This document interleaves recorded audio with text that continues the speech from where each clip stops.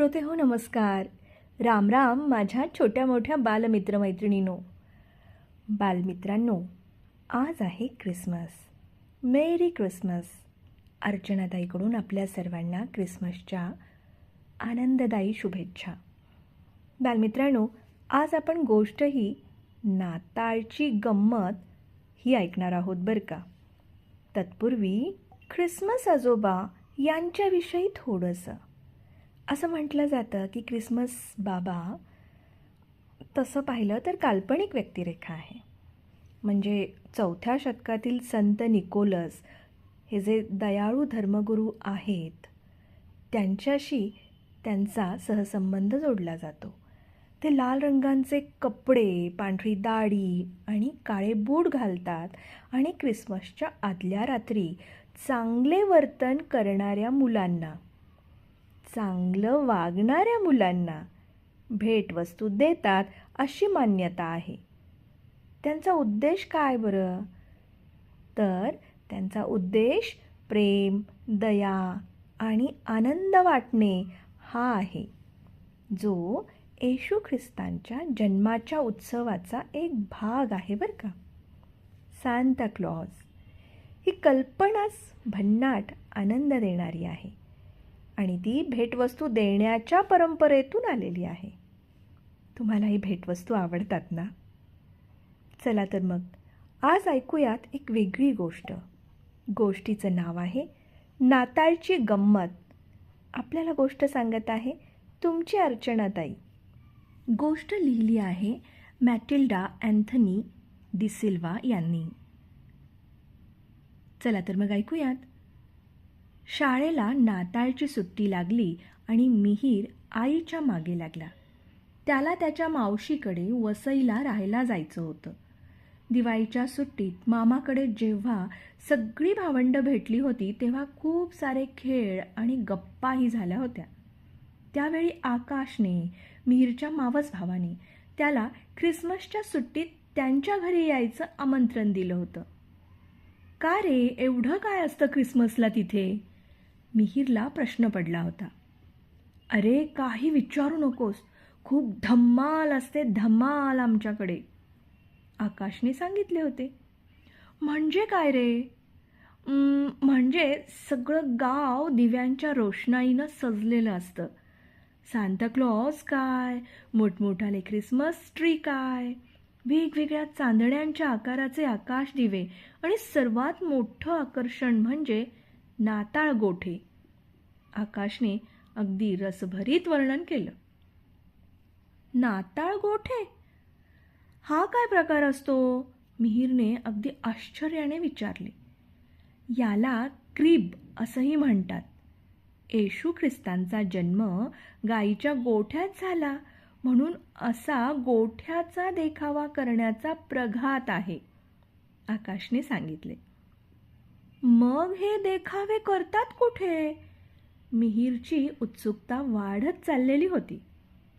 गोठ्यांचे देखावे घरोघरी करतात, मात्र ते लहान असतात. प्रत्येक गाव पातळीवर मात्र एक मोठा गोठा असा करतात बरं का. गावातील सगळी लहान थोर मंडळी एकत्र येऊन तो गोठा बनवतात, आकाशने सांगितले. यावर अरे वा, मग आता काही सांगू नकोस, मला पाहायला आवडेल, मिहीरने यायची तयारी दाखवली. म्हणूनच आता तो आईच्या मागे लागलेला होता. वसई स्टेशनवर उतरल्यावर रिक्षातून मावशीकडे जातानाचा सगळीकडे झगमगाट त्याला दिसत होता. इमारतींवर, घराघरांवर चांदण्या लावल्या होत्या.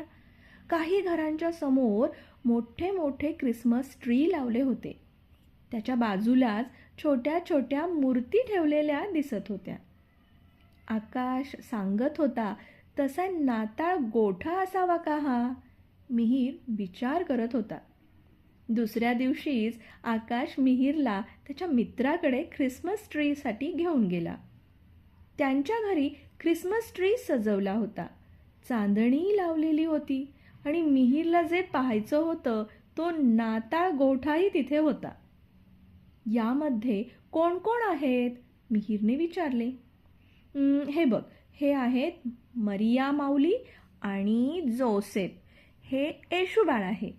येशू ख्रिस्तांचा जन्म गायीच्या गोठ्यात झाला म्हणून आजूबाजूला गायी दिसतात आणि देवदूतानं येशू जन्माची बातमी पहिली मेंढरे चारणाऱ्या मेंढपाळांना दिली म्हणून ही मेंढरे आणि मेंढपाळ बाळाला पाहायला पोहोचली आहेत. जिमी, आकाशचा मित्र, मिहिरला ही सगळी माहिती सांगत होता. मग हे उंट कसे काय इथे? मिहिरला प्रश्न पडला. अरे हो, हे सांगायचंच राहिलं. येशू बाळाच्या जन्मानंतर आकाशात मोठा तारा दिसायला लागला. त्याचंच प्रतीक म्हणून घरावर चांदणी लावतात. हो तर मी काय सांगत होतो, आकाशात तो तारा पाहून 3 असे बुद्धिमान पुरुष खूप दूरवरून येशू बाळाला भेटायला आले. त्यांना 3 राजे असंही म्हणतात. त्यांचेच हे उंट, जिमीने सांगितले. मिहिरला ते पाहून खूप छान वाटलं. मोठे गवतानं शाकारलेलं असं हे घर आणि आजूबाजूला हिरवळ, नदीचा पाट आणि गुरामेंढरांनी सजलेलं आवार, सगळंच खूप गोड वाटत होतं. आकाश, उद्या रात्री आपण मिहिरला घेऊन गोठे पाहायला जाऊया का? जिमी म्हणाला. असे गोठे पाहायला आपण दुसऱ्यांच्या घरी जायचं? मिहिरला कळेना. दुसऱ्यांच्या घरी नाही मिहिर, इथे काही ठिकाणी खूप मोठे गोठे बनवतात, अगदी पाहण्यासारखे बरं का. ते पाहायला लांबून लोक येतात. ख्रिसमसपासून 12 दिवस हे गोठे असतात. त्यामुळे हे 12 दिवस इथे रात्रंदिवस छान जल्लोषाचं वातावरण असतं. जिमीने सगळं सांगितलं. चालेल, मग उद्या जाऊया आपण, मिहिर अगदी उत्साहानं म्हणाला. दुसऱ्या दिवशी रात्री लवकरच सगळे मित्र गोठे पाहायला निघाले. रात्र असून सुद्धा तरुण तरुणी, लहान मुलं अगदी बिनधास्तपणे गावात गोठे पाहत फिरत होते. अगदी प्रत्येक घरासमोर सजावट केलेली होतीच. पहिलाच गोठा बघायला गेले तिथे सगळ्या मूर्ती मोठ्या आणि सुंदर होत्या. मुख्य म्हणजे येशू जन्माच्या देखाव्याखेरीज तिथे अजूनही बरंच काही होतं.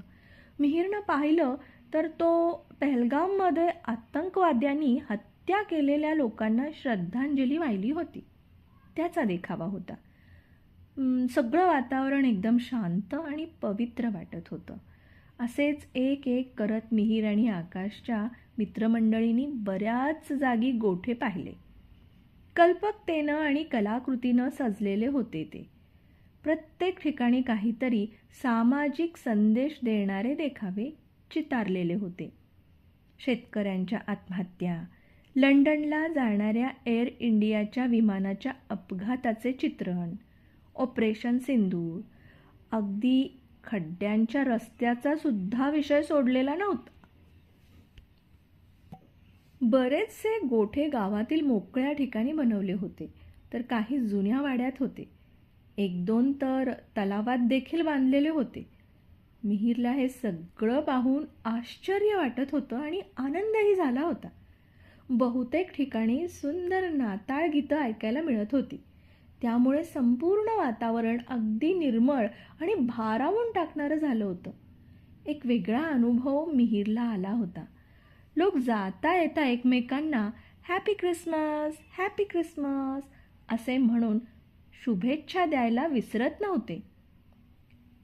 आपोआपच त्यांच्या मुखातून नाताळ गीते उमटत होती. आज घवाणी जन्मले बाळ, पाहू चला, वंदू चला, ख्रिस्त राजाला आज. अशाच बऱ्याच गीतांची ओळख मिहिरला होत होती. काय बालमित्रांनो, ख्रिसमस साजरा करीत असताना हा नाताळ गोठे हे काय आहे हे तुम्हाला लक्षात आलं असेलच ना. आनंद वाटणाराच हा सण आहे बरं का. त्यामुळे आनंदी राहा. उद्या भेटणार आहोत नवीन गोष्टीसह. तोपर्यंत हॅपी ख्रिसमस, मेरी ख्रिसमस. जोडो भारत, वंदे भारत. धन्यवाद.